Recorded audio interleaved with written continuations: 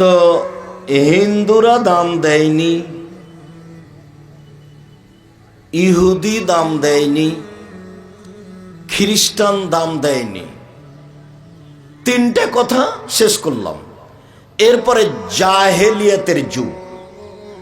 আমাদের নবী হওয়ার পূর্বের যুগের নাম হলো জাহেলিয়াতের যুগ, মূর্খতার যুগ, বন্যতা, বর্বরতা, অসভ্যতার যুগ।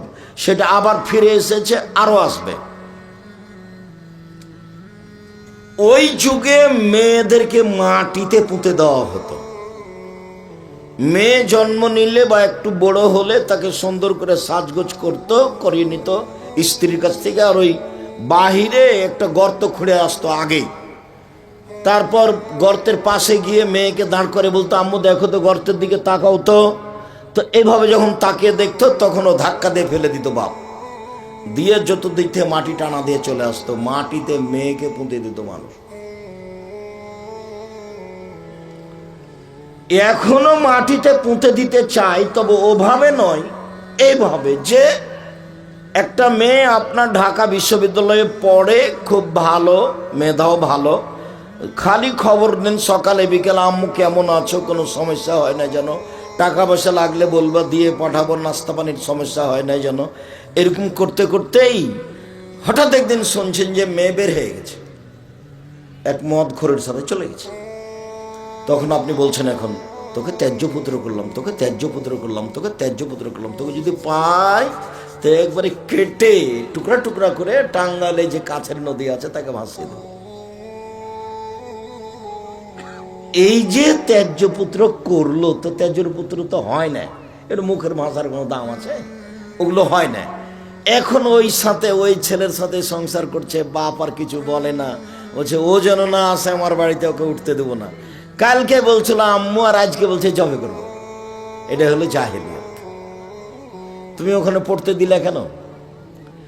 চলে গেছে, গেছেই। তুমি তাড়াহুড়া করে যে ওই মদ খায় ওর সাথে বিবাহ দিয়ে দাও, তুমিও বাঁচো, ওও বাঁচুক। 10 ছেলের মা যদি হয় তো বোঝে না, সবটি ছেলে অবৈধ। কোর্টের বিবাহ বাতিল, কোর্টের বিবাহ বাতিল, কোর্টের বিবাহ বাতিল। বাপ ছাড়া বিবাহ হবে না, বাপ ছাড়া বিবাহ হারাম। বাপ না থাকলে চাচা, নইলে দাদা, নইলে বংশের কেউ,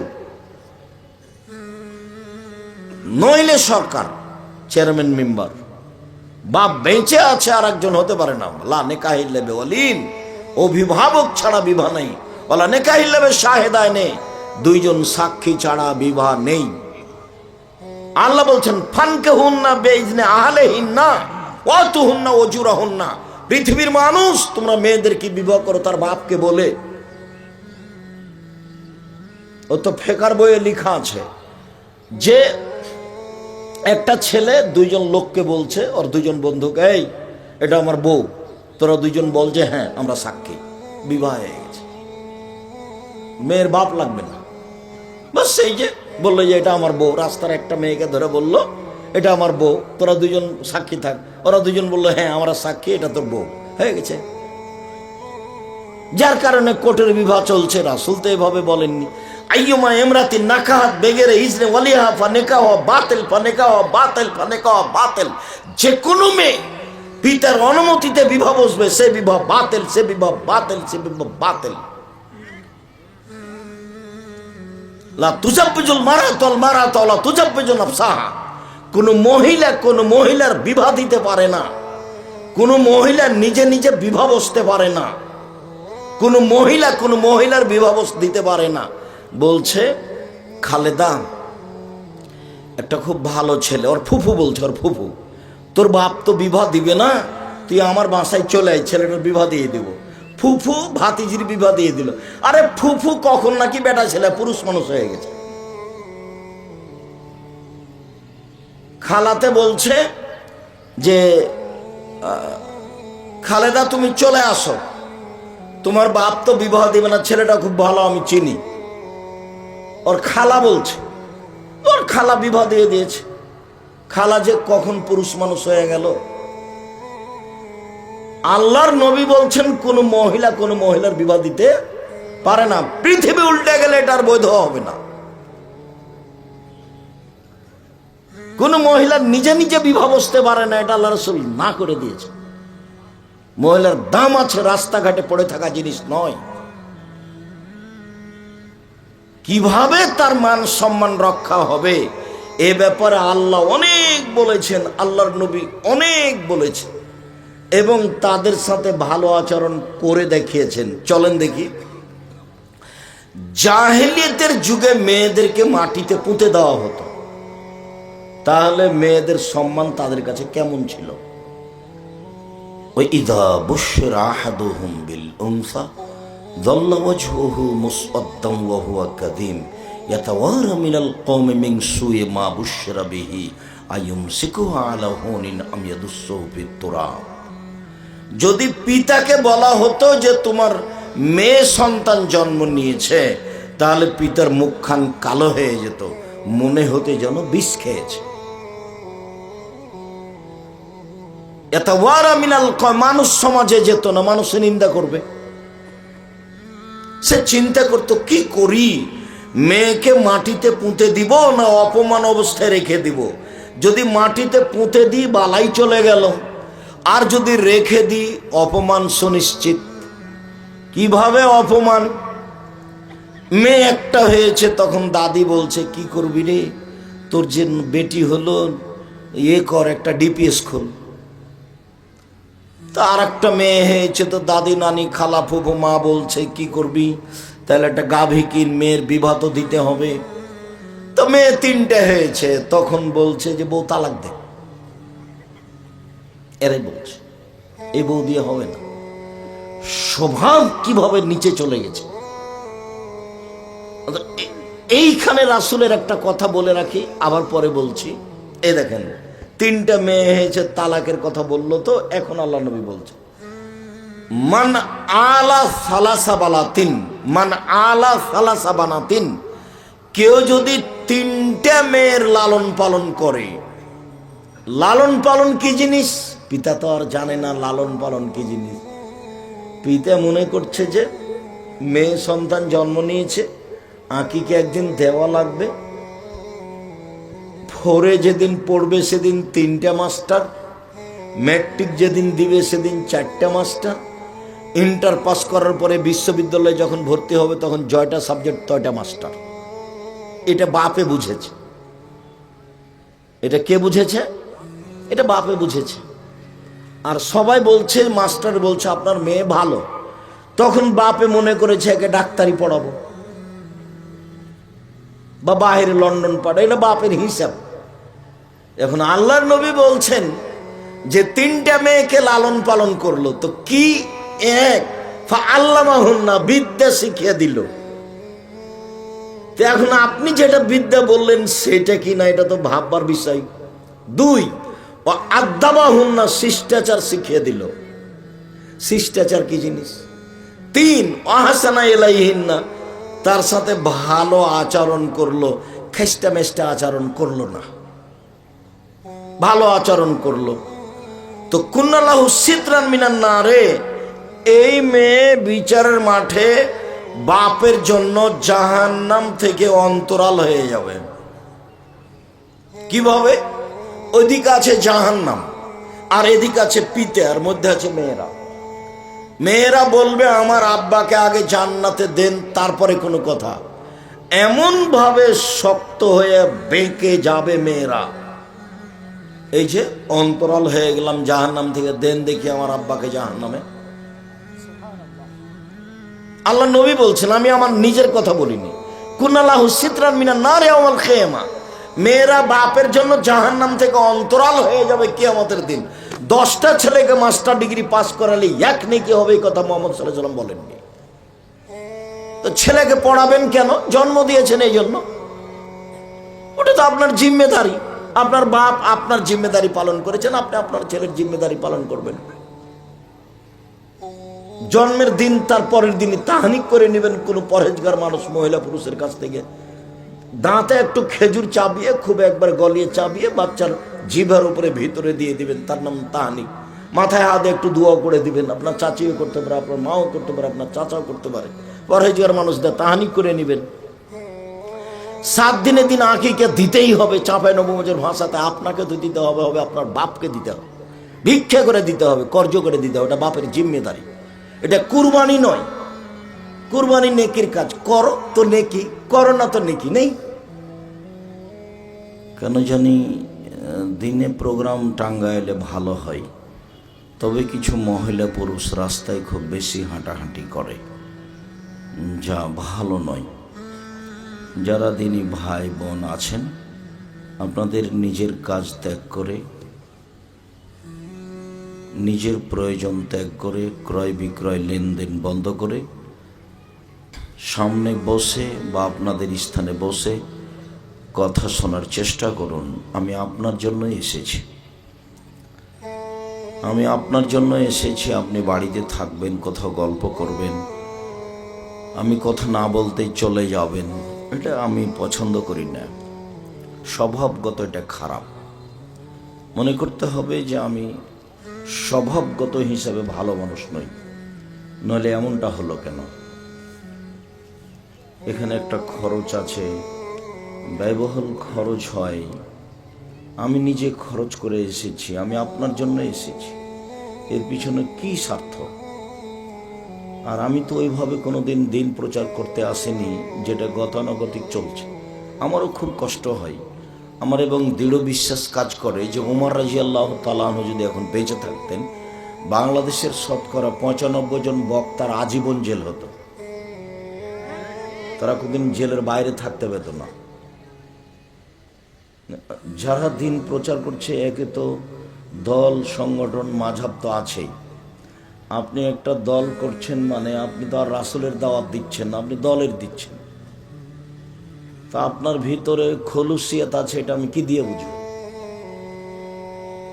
আপনি একটা মাযহাব মানেন, আমি আপনার মাযহাব নিয়ে কথা বলতে আসিনি, তো বলছেন যে একটা মাযহাব মানা লাগবে, তো আপনি 1 মাস অন্যটা মানেন তো দেখি।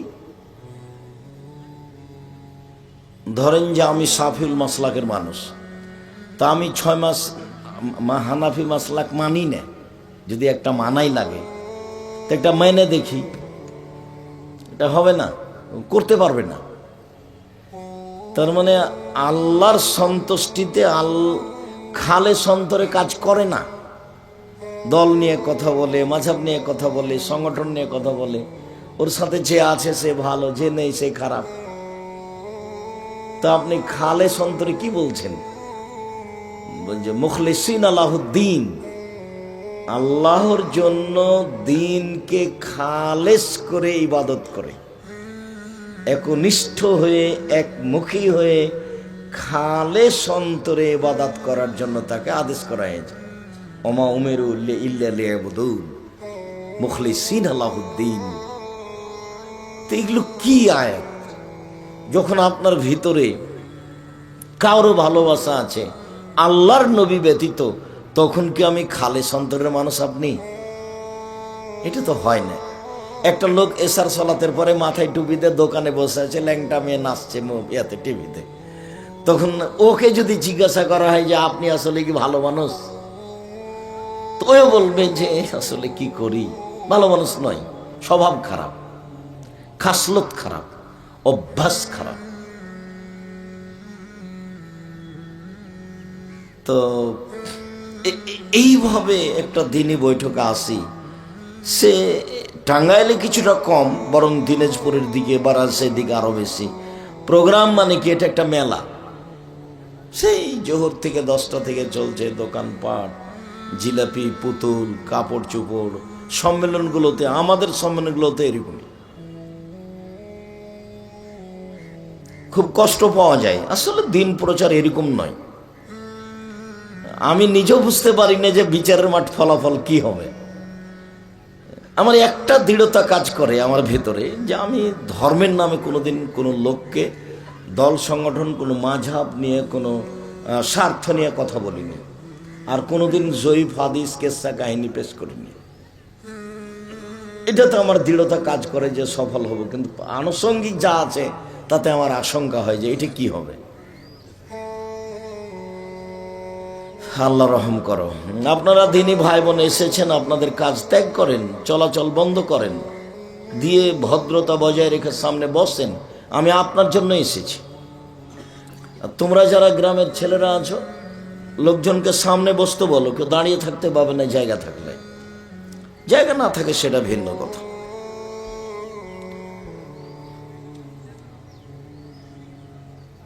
হিন্দুরা মেয়েদের দাম দেয়নি, নারীদের দাম দেয়নি।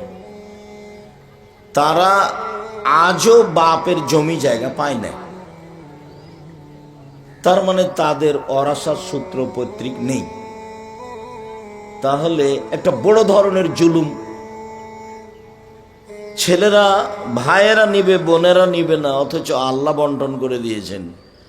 তো হিন্দুরা মহিলাদের দাম দেয়নি, কোনো দিনই দেয়নি, আজও দেয় না, ভবিষ্যতেও দিবে না। ওদের নিয়ম কানুন কলমই না জায়েজ হারাম। আর অতীতে যা করেছে তা করেছে, ওদের কর্ম করেছে, তা হলো মরে যাওয়া স্বামীর সাথে জ্বলে যেতে হয়েছে, সতীদাহ। আবার স্বামী মারা গেলে বিবাহ হবে না, বিধবা বিবাহ নেই। 6 বছর বয়সে বিবাহ হয়েছে, 6 বছর 6 মাসে স্বামী মারা গেছে, এখন কি হবে? দেখেন আপনি রাজারাম মোহন রায়, বঙ্কিমচন্দ্র, ঈশ্বরচন্দ্র বিদ্যাসাগর, নাহলে হালকা জানার জন্য আজকে একটা বই নেবেন, কেন এই নির্যাতন কি তার প্রতিকার। বইয়ের নাম কি? কেন এই নির্যাতন কি তার প্রতিকার, আব্দুল্লাহ আম্মার লিখা। এমনি ওই বেগম রোকিয়ার ওই বই লেখা ছিল অবরোধবাসিনী, ওদের ব্যাপারে বই লিখেছে আব্দুল্লাহ আম্মা। কেন হব অবরোধবাসিনী? আমরা তো প্রয়োজনে মেডিকেলে যেতে পারি, শ্বশুর বাড়ি যেতে পারি, স্বামীর বাড়ি যেতে পারি, ডাক্তারের কাছে যেতে পারি, প্রয়োজনীয় কাজ প্রয়োজনীয় মাঠে যেতে পারি। তা আমরা অবরোধবাসিনী হলাম কিভাবে? আমাদের একটা মর্যাদা আছে, সে মর্যাদা বজায় রেখে যাব। যার জন্য আব্দুল্লাহ রহমান একটা বই লিখেছিল, সম অধিকার নয় মর্যাদা চাই। এগুলো সম অধিকার ফালতু কথা, এগুলো নাই। আমাদের একটা মর্যাদা আছে, যেটা আল্লাহ দিয়েছেন, যেটা নবী দিয়েছেন, সেটা আমাদের নিতে হবে, সেটা নিতেই হবে। 1 থেকে নিয়ে 10 পর্যন্ত বই পুস্তকগুলো যারা লিখেছে তারা পড়াশোনা জানে না, তাই বইয়ের নাম দেওয়া হয়েছে শিক্ষা বনাম জাহেলিয়াত। 1 থেকে নিয়ে 10 পর্যন্ত আপাতত নাকচ করা হয়েছে যে শিক্ষা বনাম জাহেলিয়াত, এগুলো শিক্ষা নয়। রবীন্দ্রনাথ ঠাকুর শিক্ষিত মানুষ হলো, একবারে রবীন্দ্রনাথ ঠাকুরের চেয়ে মুসলমানের বড় শত্রু আপাতত ভারত বাংলাদেশে কেউ নেই। সবচেয়ে বড় শত্রু ও হলো ইংরেজদের সবচেয়ে বড় দালাল। ভারত বাংলাদেশ পাকিস্তানে মুসলমান পুরুষ নারী ইংরেজদের হাতে নির্যাতিত হয়ে জেলে হাজতে, রাস্তাঘাটে, গাছের নিচে থাকে, আর ও লন্ডনে দালাল হয়ে দিন কাটায়। ও বিশ্ববিদ্যালয়ে, ঢাকা বিশ্ববিদ্যালয়ের শত্রু। তার গান ও ওমা তোমার আকাশ তোমার বাতাস, আমার ছেলে মেয়ে দিন রাত পড়ে, ও কালিমা তোমার আকাশ, ও কালিমা তোমার বাতাস। আমি আব্দুল রাজ্জাক বিন ইউসুফ আমার ছেলে মেয়েকে একদিনে এক সন্ধ্যা পড়তে দিনি। আপনার চলে, আমার চলে না।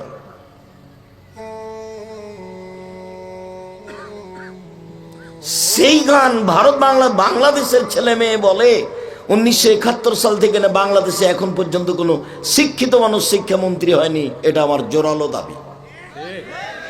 বিদ্যার পার্থক্যই করতে পারে না, কোনটার নাম বিদ্যা তো কি দিয়ে বুঝবে ভালো আর মন্দ। ঠাকুরের গান কি করে চলে? ঠাকুর যদি মুসলমান হতো তা, যদি আপনার বন্ধু হতো তা হতো। ও জাতির শত্রু, ও মুসলমানের শত্রু, বাঙালির শত্রু, ঢাকা বিশ্ববিদ্যালয়ের শত্রু, ভারত বাংলাদেশ পাকিস্তানের জানি শত্রু মুসলমানেরও। ও পুরো ভারতের সবচেয়ে বড় দালাল ইংরেজদের। ও লন্ডনে থাকে। যখন আপনি আর আমি, আমার বাপ মা, আমার আত্মীয় স্বজন, দাদা দাদি যখন ইংরেজদের হাতে নির্যাতিত,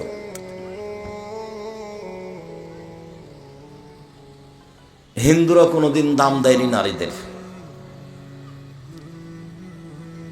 ইহুদিরা মনে করেছে যে মহিলারা হচ্ছে ডাইনি, ওরা স্বামীকে খেয়ে নেয়, ওরা পৃথিবীর সবচেয়ে খারাপ জিনিস। ওরা যতক্ষণ পর্যন্ত ওদের হায়েজ হয়নি, ঋতু হয়নি, ততক্ষণ পর্যন্ত বাড়ি থাকবে। হায়েজ ঋতু হলে ওদেরকে বাড়ির পিছন দিকে রেখে দিতে হবে। ছাই তোলা প্লেট বুঝেন? ছাই তোলা প্লেট বুঝেন? যাতে চুলা থেকে ছাই উঠায়।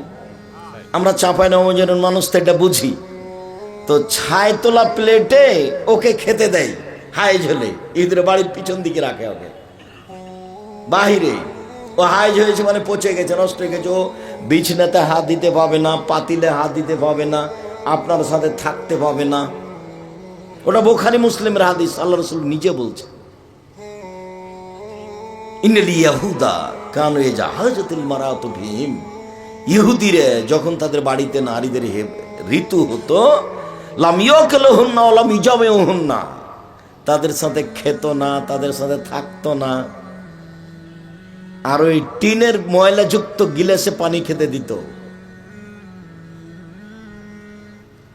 এখনো বাংলাদেশের বিভিন্ন জেলাতে আছে এইভাবে যে মহিলারা যদি স্বামীর নাম ধরে তাহলে ওর স্বামী মারা যাবে। মানে মহিলা কোনো মানুষই নয়। আর খ্রিস্টানেরা মনে করে যে এ হলো উপভোগের বস্তু।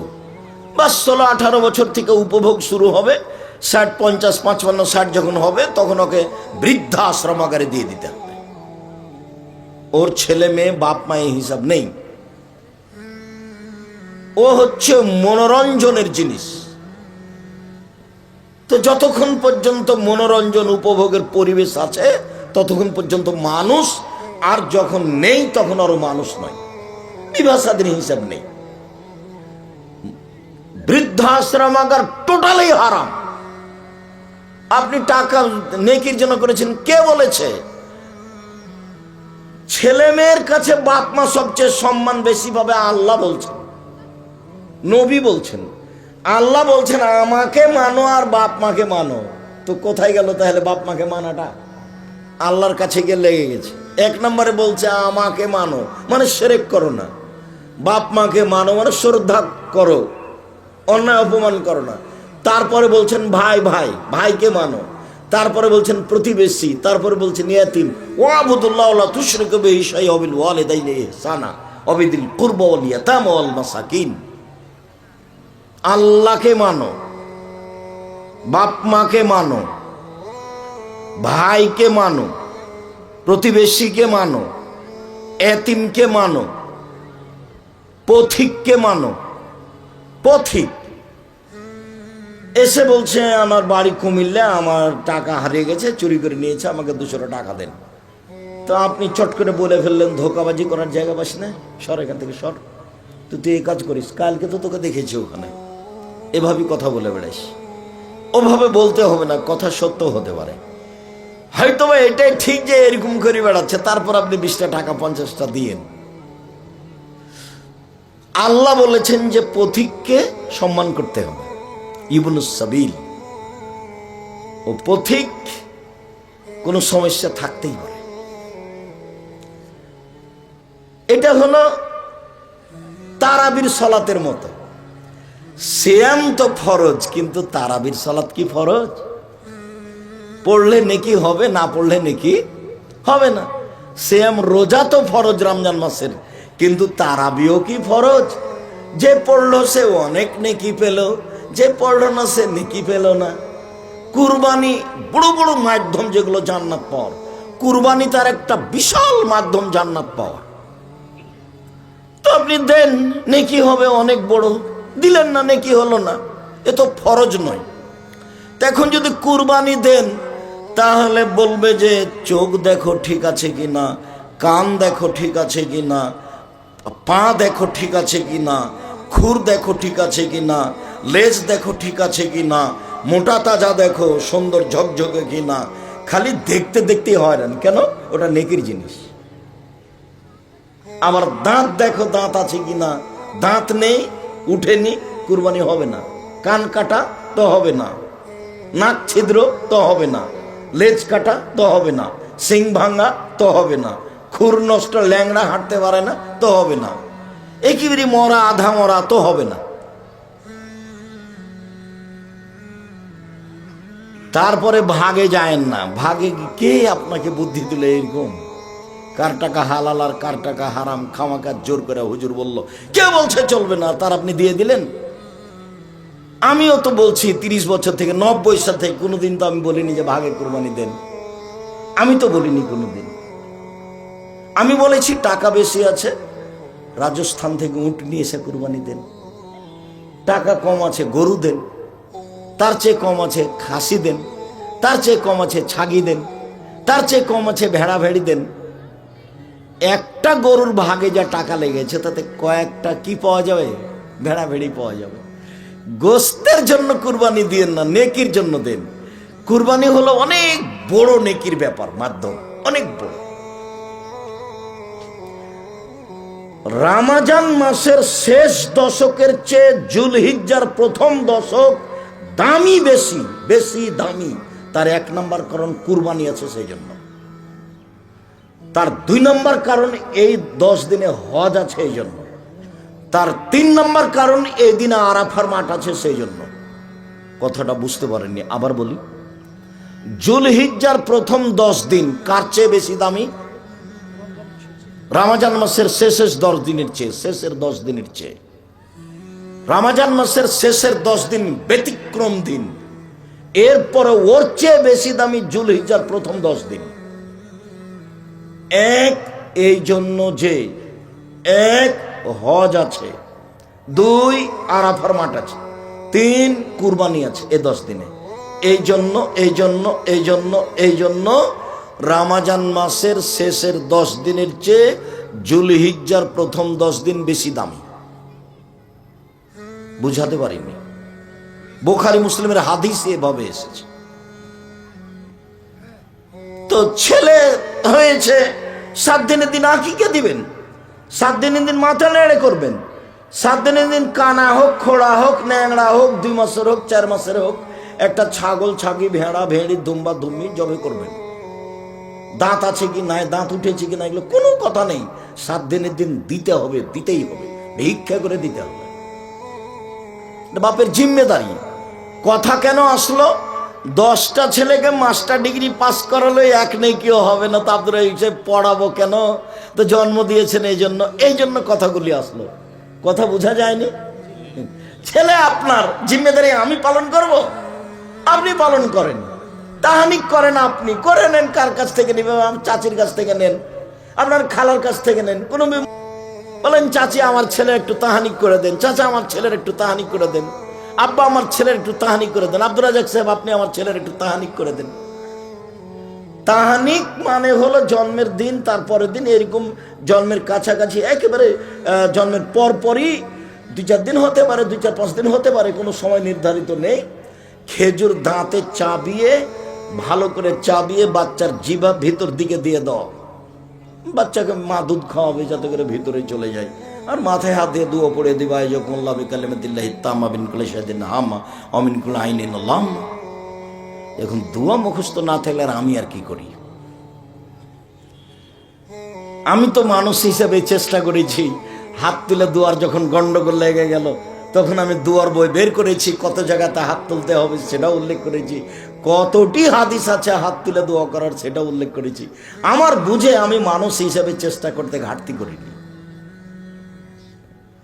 আর আপনি যদি এখন চাপে নবমের ভাষাতে হ্যান্ডামু করে একটা বলেন, হুজ্জুতি করে, তা আমার কি করার আছে? হটকারিতা করে একটা বলবেন, তাহলে কিছু করার আছে? কিছু করার নেই। 7 দিনের দিন মাথার চুল নেড়ে করতে হবে। ডাক্তার কি বলেছে যেটা বিবেচনার সুযোগ নেই। 7 দিনের দিন মাথা নেড়ে করতে হবে। চুল সমপরিমাণ আনুমানিক রূপা দান করতে হবে, মানে রূপার যা মূল্য আছে সেটা ফকির মিসকিনকে দিয়ে দিতে হবে। নাম রাখতে হবে 7 দিনের দিন। ছাগল, ছাগি, ভেড়া, ভেড়ি, দুম্বা, দুম্বি, ছেলের জন্য 2টা, মেয়ের জন্য 1টা করতে হবে। ছেলে যদি হয় তো 6 মাস, বছর, 1 বছর, 2 বছর, 3 বছর, 5 বছর খাতনা করতে হবে। কোনো অনুষ্ঠান নেই। আকিকার দিনে অনুষ্ঠান করতে পারেন, তবে আপনাকে খাওয়াতে হবে এটা কথা নয়। বা আপনি খেতে পাবেন না আকিকের গোস্ত, নাকি বাপ মাকে খেতে পাবে না, খাওয়া হয় না, কত যে নোংরা কথা আছে। আরে বাপ মাই তো খাবে, আকিকের গোস্ত কে খাবে? বাপ মাই তো খাবে, এটা নগদ গোস্ত, এটা সাদাকা নয়। বাপ মা খাবে, এখান থেকে খাওয়া শুরু হবে, দাদা দাদি খাবে, প্রতিবেশী দেন, প্রতিবেশী হক রাখে দেন। সম্মানিত দিনী ভাই বোন, কথাতে ফিরে যাই যে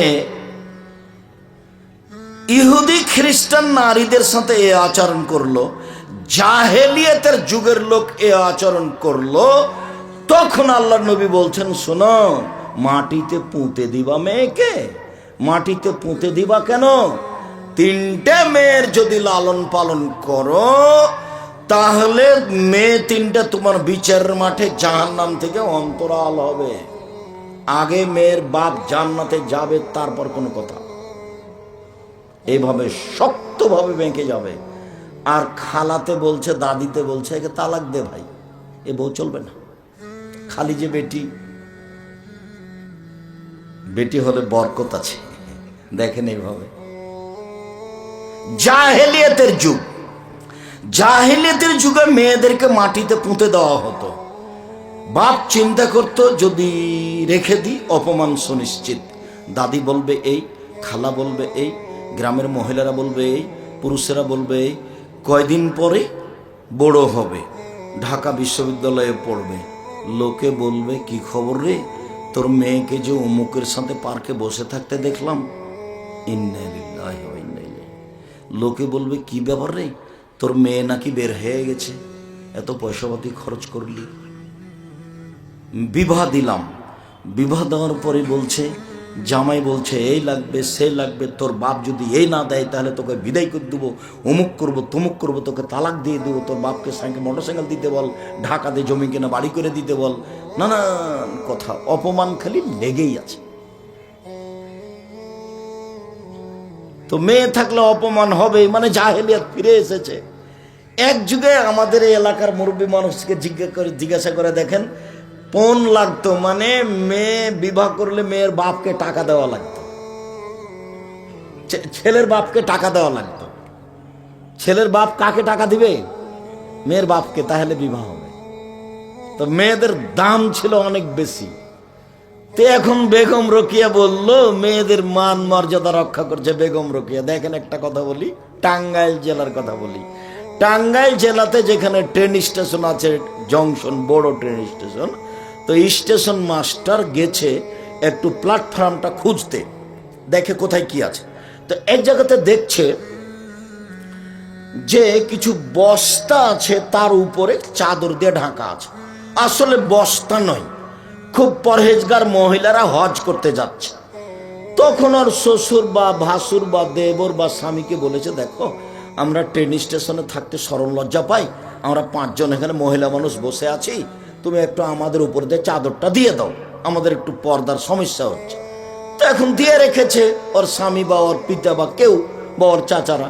এখন স্টেশন মাস্টার গিয়ে এভাবে পা দিয়ে লাথি মেরে, কিসের বস্তা এগুলো, কিসের বস্তা এগুলো? বেগম রোকেয়া দেখাচ্ছে। আপনি বেগম রোকেয়াকে যদি ভালো করে চিনতে না পারেন আবার পড়েন, নাহলে কেন হবে অবরোধবাসী। দেখেন, এই হলো জাহেলিয়াতের মহিলা। আপনার কাছে প্রিয় মানুষ, আমার কাছে প্রিয় মানুষ না, ও আমাকে কবর দিয়েছে, ও আমাকে জাতিকে কবর দিয়েছে, আমার ধর্মকে কবর দিয়েছে। সে জীবন বাজি রেখে চেষ্টা করেছে মুসলিম মেয়েকে কিভাবে ধ্বংস করা যাবে। ও আমাকে দেখাচ্ছে যে ট্রেন স্টেশনের মাস্টার লাথি মেরে দেখাচ্ছে যে এগুলো কিসের বস্তারে, কিসের বস্তারে। দেখেন আপনি অবরোধবাসিনী বই দেখেন, পড়েন না কেন? ঠাকুরকে ভালো করে চিনেন না কেন? চিনতে চান না কেন? কিসের আপনার ছেলে দিন রাত বলে ওমা তোমার আকাশ, ওমা তোমার বাতাস? কেন বলবে? রক্ত গায়ে কি সবই পুজ? একটুকু কি রক্ত নেই? সবই কি পুজ? বিদ্যা বুদ্ধি কিছুই কি নেই? পশু প্রাণী নাকি? গরু ছাগল কুকুর শ্রীগাল নাকি? বুঝেও বুঝে না ওরা, অন্তর আছে বুঝে না, দেখেও দেখে না ওরা, চক্ষু আছে দেখে না, শোনেও শোনে না ওরা, কান আছে শোনে না। উলাইকা কালা আনাম, তারা পশু প্রাণীর মতো, তারা গরু ছাগলের মতো, তারা কুকুর শ্রীগালের মতো। বালু মাজাল বরং তার চেয়ে খারাপ। আল্লাহ মানুষকে বলছেন যারা কুকুর শ্রীগালের চেয়ে খারাপ। যেখানে টাকা দিয়ে বিবাহ করতে হবে সেখানে টাকা নিয়ে বিবাহ করতে হবে, এটাই জাহেলিয়াত। জাহেলিয়াতের যুগের দুই তিনটা কথা কোরআন মাজিদ এটা,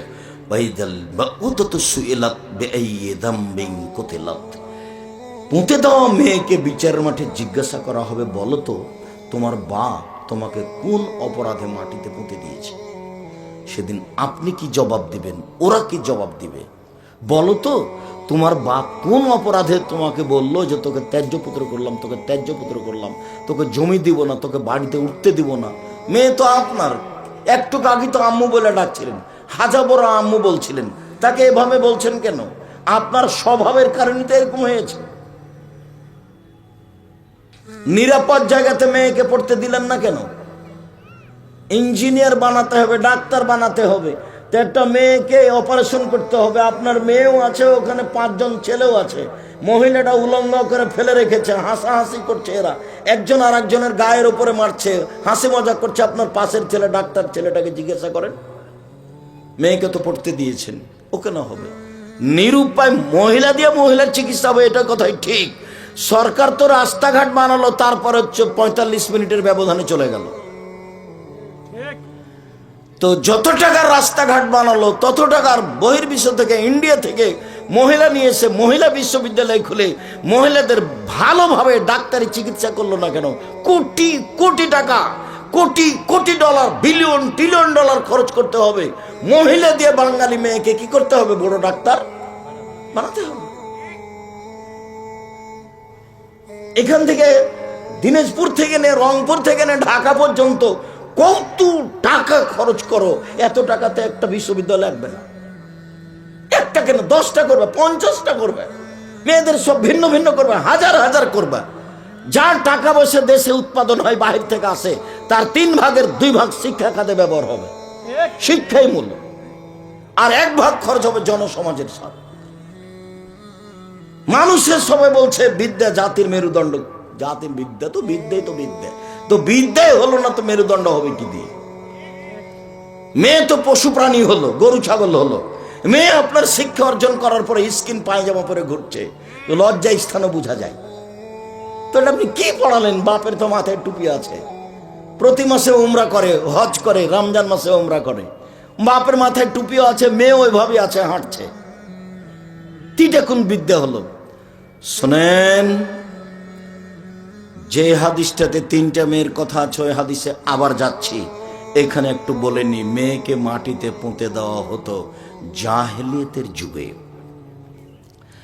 কায়েস ইবনে আমের বলছেন যে আল্লাহর নবী ওয়াআত সামানিয়া বানাতিন লি, আমি নিজে হাতে আমার 10টা মেয়েকে মাটিতে পুঁতে দিয়েছি। জাহেলিয়াতের যুগের ঘটনা। 1, হিন্দু দাম দেয়নি। 2, ইহুদি দাম দেয়নি। 3, খ্রিস্টান দাম দেয়নি। 4, জাহেলিয়াতের যুগে মাটিতে পুঁতে দেওয়া হতো। আরেকটা এখানে কথা শোনাই, ওটা বুখারী মুসলিমের হাদিস। ওই সময়ে মহিলাদের স্বামী মারা গেলে 1 বছর শোক পালন করতে হতো। 1 বছর শোক পালনের বাস্তব অবস্থাটা বোঝায় বুখারীর হাদিস। বাড়ির পিছন দিকে একটা কুঁড়ে ঘর করে দিতে হবে, কুঁড়ে ঘর, একবারে ও মাথা গুজিয়ে থাকতে পারবে এইভাবে, বাড়ির পিছনে দূরে সরে 1 বছর থাকবে। ওর জন্য গায়ে থাকবে ময়লা কাপড় চোপড়, খাওয়ার জন্য থাকবে ছাই তোলা প্লেট, পানির জন্য থাকবে একটা টিনের ময়লাযুক্ত গিলাস। কুষ্ঠ রোগকে যেভাবে বাড়িতে মানুষ পৃথক প্লেটে পাত্রে খাবার দেয় সেভাবে দিতে হবে। ও এখানে আসতে পাবে না, 1 বছর থাকবে ওখানে, 1 বছর। এরপরে পবিত্র হওয়ার কথাটা, এখন 1 বছর হলো স্বামী মারা গেছে, শোক পালন থেকে বিরত হওয়ার কথাটা আরো নোংরা। তবু বলি, যেহেতু বুখারী মুসলিমের হাদিসে আছে, উটের অথবা গাধার গায়ে লজ্জা স্থান ঘষে ঘষে তাকে পবিত্র হতে হবে। এটা হলো জাহেলিয়াতের যুগের স্বামী মারা গেলে 1 বছর শোক পালন করার পদ্ধতি। এখন ওইখানে আল্লাহ নবী বলছেন 4 মাস 10 দিন। তো আল্লাহ নবী বলেননি যে স্বামী মূল্যে নাকফুল খুলতে হবে, এই কথা বলেননি। আল্লাহ নবী বলেননি যে গয়না খুলতে হবে গাও থেকে, এটা হলো হিন্দুদের নীতি। স্বামী মারা গেছে বাস, এইটা আমি পছন্দ করিনি। না, ওটা লাগবে না। জি ঠিক আছে, জাযাকুমুল্লাহ খাইর। সম্মানিত দিনী ভাই বোন, এখন আল্লাহর নবী সেটাকে কমিয়ে করলেন 4 মাস 10 দিন। রহস্য কিছু আছে, রহস্য কিছু আছে। স্ত্রী 4 মাস 10 দিন থামবে, আর একজন মুসলমান আর একজন মুসলমানের জন্য শোক পালন করবে 3 দিন। ওর বাড়িতে খাওয়া পানি পাঠাতে হবে। এখন আবার উল্টা, যে বাড়িতে মরা মানুষ মরে সেই বাড়িতে খাওয়ার রেডি, মাটি দিয়ে সবাই বাড়িতে খেয়ে যাবে। মিষ্টি আছে, ছেলেরা ধনী মানুষ, সব ব্যবস্থা করেছে, প্রয়োজনে গরু জবাই করেছে। অবাক, এটাই জাহেলিয়াত। বলছে আব্দুল রাজ্জাক সাহেব, দূর থেকে মেয়ে এসেছে, ভাতিজারা এসেছে, কোথায় খাবে? তো হোটেল মেরে খেয়েছে, অন্যদিন খেতে পারে হোটেল, আজকে খেতে পারবে না। এই বাড়িতে খানা পানি দিয়ে যেতে হবে 3 দিন। এখানে রান্না কিসের, এখানে আনন্দ ফুর্তি কিসের, এখানে গল্প কিসের? 3 দিন যাবত এই বাড়ির পুরুষ নারী সবাই শোক পালন করবে। আর স্ত্রী শোক পালন করবে কয়দিন? 4 মাস 10 দিন। 4 মাস 10 দিন শোক পালন করবে। কিভাবে শোক পালন করা বলতে 4 মাস 10 দিন বিবাহ বসার জন্য সাজগোজ করতে পাবে না, এবং ওই বাড়িতেই থাকবে। যদি বাড়ি নিরাপদ না হয় তাহলে যেখানে ছেলেরা রাখতে যাবে সেখানে যাবে, যে ওখানে থেকে যাবে। স্বামীর বাড়ি যদি নিরাপদ হয় থাকবে, শ্বশুরের কাছে থাকবে। যদি না নিরাপদ হয় তাহলে ভাইরা নিয়ে যাবে, নাহলে ছেলের কাছে থাকবে। কিন্তু 4 মাস 10 দিন কোথাও যেতে পাবে না, দুর্ঘটনা ছাড়া। জাহেলিয়াতের যুগে ছিল ওইভাবে, আল্লাহ রাসূল নিয়ে আসলেন এইভাবে।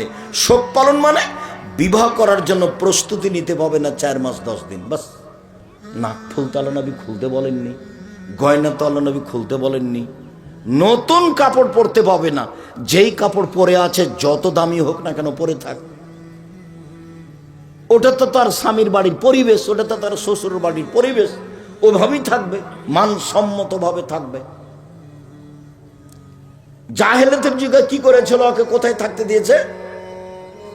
বাড়ির পিছন দিকে। এটাই ছিল ইহুদিদের মেয়েদের রাখার গতি। এইবার চলেন আল্লাহ তাআলা কি বলছে। আগে আমি মেয়েদেরকে কিভাবে সম্মান দিয়েছে সেটা দেখি, তারপরে দেখি যে স্ত্রীকে আল্লাহ রাসূল কিভাবে সম্মান দিলেন সেটা দেখি, তারপরে কিছু আয়াত মেয়েদেরকে।